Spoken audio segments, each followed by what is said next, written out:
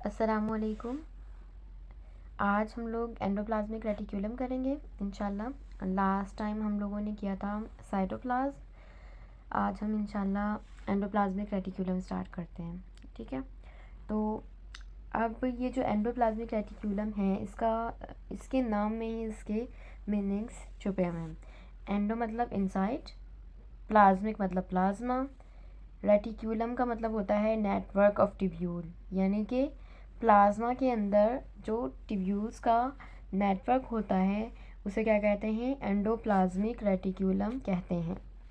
ठीक है, अब ये जो नेटवर्क ऑफ ट्यूब्यूल है ये किस तरह बना हुआ होता है? ये इस सिस्टर्नी की फॉर्म में बना हुआ होता है थ्रू आउट दी साइटोप्लाज्म। ठीक है, न्यूक्लियर मेम्ब्रेन से लेकर न्यूक्लियर मेम्ब्रेन से लेकर सेल मेम्ब्रेन तक ये जो है ये फैला हुआ होता है थ्रू आउट साइटोप्लाज्म। ठीक है, अब हमें ये तो पता चल गया कि ये क्या है भाई, inside plasma network of tubule. अब इसके अंदर गोल्गी बॉडी भी आ जाएंगी और दूसरे कंपोनेंट्स भी आ जाएंगे। हम एक एक करके सबकी बात करते हैं इंशाल्लाह। सबसे पहले है network of cisternae extending from nuclear membrane to cell membrane. ये क्या है भाई? मैंने अभी अभी बोला क्या है? एंडोप्लाज्मिक रेटिक्यूलम है। अब इसकी टाइप्स की बात करते हैं। सबसे पहले तो कि एंडोप्लाज्मिक रेटिक्यूलम की दो टाइप्स होती हैं। एक होता है स्मूथ एंडोप्लाज्मिक रेटिक्यूलम, एक होता है रफ एंडोप्लाज्मिक रेटिक्यूलम। सही, एक होता है स्मूथ, एक होता है रफ, जैसे कि मैंने अभी आपको बताया। सबसे पहले हम रफ एंडोप्लाज्मिक रेटिक्यूलम की बात करते हैं। रफ एंडोप्लाज्मिक रेटिक्यूलम जो होते हैं ना, उन्हें रफ इसलिए कहा जाता है क्योंकि उनके ऊपर राइबोसोम्स प्रेजेंट होते हैं। सही है, तो रफ एंडोप्लाज्मिक रेटिक्यूलम को रफ क्यों कहा जाता है? क्योंकि उसके ऊपर जगह जगह क्या मौजूद है भाई? राइबोसोम्स मौजूद हैं। जबकि स्मूथ एंडोप्लाज्मिक रेटिक्यूलम जो है, स्मूथ एंडोप्लाज्मिक रेटिक्यूलम के ऊपर राइबोसोम्स मौजूद नहीं होते। सबसे पहला डिफरेंस तो ये याद रखना है आप लोगों ने। देन उसके बाद जो रफ एंडोप्लाज्मिक रेटिक्यूलम है उसके फंक्शंस के ये मैकेनिकल सपोर्ट प्रोवाइड करते हैं एंड प्रोटीन सिंथेसिस का काम करते हैं। प्रोटीन सिंथेसिस का काम जहाँ पे भी नज़र आएगा ना, मतलब यहाँ पर राइबोसोम्स ज़रूर मौजूद हैं। तो राइबोसोम्स कहाँ मौजूद हैं? रफ एंडोप्लाज्मिक रेटिक्यूलम में। और प्रोटीन सिंथेसिस कहाँ हो रही है भाई साहब? रफ एंडोप्लाज्मिक रेटिक्यूलम में। अब आ जाते हैं स्मूथ एंडोप्लाज्मिक रेटिक्यूलम पर। स्मूथ एंडोप्लाज्मिक रेटिक्यूलम का भी तो कोई काम होगा। स्मूथ एंडोप्लाज्मिक रेटिक्यूलम जो है उसमें कैल्शियम स्टोरेज और रिलीज़ का काम करता है। स्केलेटल मसल्स के अंदर जो स्मूथ एंडोप्लाज्मिक रेटिक्यूलम होता है उसे हम क्या कहते हैं? Sarcoplasmic reticulum. उसका एक अलग से नाम दिया जाता है जिसे हम कहते हैं सार्कोप्लाज्मिक रेटिक्यूलम। इसके बारे में मैं आपको सेकेंड ईयर के लेक्चर्स में डिटेल्स में इंशाल्लाह ज़रूर बताऊँगी। और इसका सेकंड फंक्शन होता है detoxification of drug and poison. Liver के अंदर जो ड्रग और पॉइजन होते हैं, लीवर के अंदर जो स्मूथ एंडोप्लाज्मिक रेटिक्यूलम है ना, वो काफ़ी ज़्यादा मिकदार में होते हैं। और लिपिड सिंथेसिस का काम करते हैं। ग्लाइकोलिपिड या स्टेरॉइड जो विटामिन डी होता है ना, उसके तौर पर ये जो है स्मूथ एंडोप्लाज्मिक रेटिक्यूलम में लिपिड सिंथेसिस का काम कर रहे होते हैं। उसके बाद सेकंड थिंग है कि ट्रांसपोर्ट कर रहे होते हैं in the cell and outside the cell, और मेटाबॉलिक एक्टिविटीज़ परफॉर्म कर रहे होते हैं। और क्या कर रहे होते हैं भाई? मैकेनिकल सपोर्ट प्रोवाइड कर रहे होते हैं। किसको मैकेनिकल सपोर्ट प्रोवाइड कर रहे हैं? सेल को। सही, अब उसके बाद आ जाता है न्यूक्लियोसोम। न्यूक्लियोसोम क्या है भाई? Site of ribosome formation. Ribosome पाए कहाँ जाते हैं? राइबोसोम पाए जाते हैं रफ एंडोप्लाज्मिक रेटिक्यूलम पर, और बनते कहाँ पर हैं? न्यूक्लियोसोम में। ये याद रखने हैं सारे फंक्शंस। जितने भी मैं फंक्शंस बता रही हूँ इनको भूलना नहीं है, इनके स्ट्रक्चर को भूलना नहीं है। इनको अच्छी तरीके से आपने लर्न करना है इंशाल्लाह। मैक्सिमम क्वेश्चन इसी में से होंगे। अब राइबोसोम की बात करते हैं भाई। राइबोसोम हम लगे पड़े हैं कि राइबोसोम बनते न्यूक्लियोसोम में हैं, प्रोटीन सिंथेसिस परफॉर्म करते हैं और जो है पायर ऑफ एंडोप्लाज्मिक रेटिक्यूलम पर जाते हैं। तो ये राइबोसोम है क्या भला? चलो भाई इस भला को भी देख लेते हैं। सबसे पहले तो राइबोसोम टाइनेस्ट ऑर्गेनल है, यानी कि माइन्यूट ऑर्गेनल है जो कि सिर्फ जो है इलेक्ट्रॉन माइक्रोस्कोप के अंदर हम इसे देख सकते हैं, यानी कि हम जो दूसरा माइक्रोस्कोप होता है उसके ज़रिए भी इसे नहीं देख सकते। आम माइक्रोस्कोप हम इसे देख सकते हैं किससे, इलेक्ट्रॉन माइक्रोस्कोप से, जिससे हमें क्या नज़र आते हैं, वायरस नज़र आते हैं ना, उसी से इसे देख सकते हैं। अब इसके अंदर जो है, हाँ, ये प्रोकैरियोट एंड यूकैरियोट दोनों के अंदर पाए जाते हैं। ये नहीं कि सिर्फ प्रोकैरियोट में पाया जाता है, यूकैरियोट में नहीं पाया जाता, ये दोनों में पाए जाते हैं, प्रोकैरियोट एंड यूकैरियोट।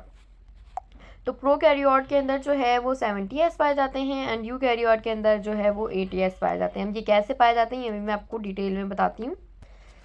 अब ये राइबोसोम्स जो है ना, ये हम ये नहीं कह सकते कि ये सिर्फ जो हैं वो क्या नाम है, न्यूक्लियस में पाए जाते हैं या साइटोप्लाज्म में पाए जाते हैं। नहीं, ये जिन जिन चीज़ों में पाए जाते हैं मैं अभी उनके नाम बता रही हूँ आपको, ये अच्छे से याद रखना है भाई। न्यूक्लियस में पाए जाते हैं सबसे पहले तो भाई, और साइटोप्लाज्म में पाए जाते हैं second thing. Then third thing पे आ जाओ जी, माइटोकॉन्ड्रिया में पाए जाते हैं, माइटोकॉन्ड्रिया में एंड क्लोरोप्लास्ट में। अब माइटोकॉन्ड्रिया और क्लोरोप्लास्ट दोनों में जो है वो 70s राइबोसोम्स पाए जाते हैं, ठीक है। ये याद रखना है कि दोनों में 70s राइबोसोम्स पाए जाते हैं। बाकी अगर हम बात करें न्यूक्लियस और साइटोप्लाज्म की तो उसमें 80s राइबोसोम पाए जाते हैं किसमें, यूकैरियोट्स में, एंड 70s पाए जाते हैं प्रोकैरियोट्स में।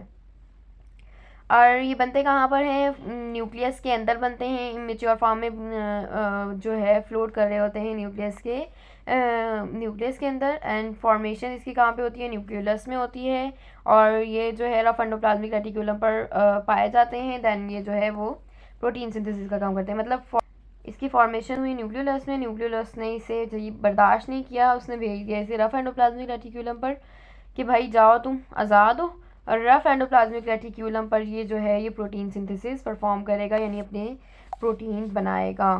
सही है। तो राइबोसोम का काम तो सामने आपके है कि क्या बना रहा होता है, ये प्रोटीन सिंथेसिस का काम कर रहा होता है। अब ये देखें यहाँ पे भी लिखा हुआ है involve in protein synthesis. Free ribosomes जो हैं वो इंट्रासेलुलर इंजाइम प्रोटीन वगैरह बनाते हैं। रफ एंडोप्लाज्मिक रेटिक्यूलम पर जो है वो एक्स्ट्रा सेलुलर प्रोटीन्स बना रहे होते हैं। चेन ऑफ राइबोसोम्स को हम क्या कहते हैं, पॉलीसोम कहते हैं। मैंने बताया था कि भाई एक जो यूकैरियोट सेल होता है उसके अंदर 80s क्या होते हैं, राइबोसोम्स होते हैं ना, 80s। लेकिन 80s की डिवीज़न कैसे होती है, और एस का मतलब क्या होता है, एस का मतलब होता है सेडीमेंट।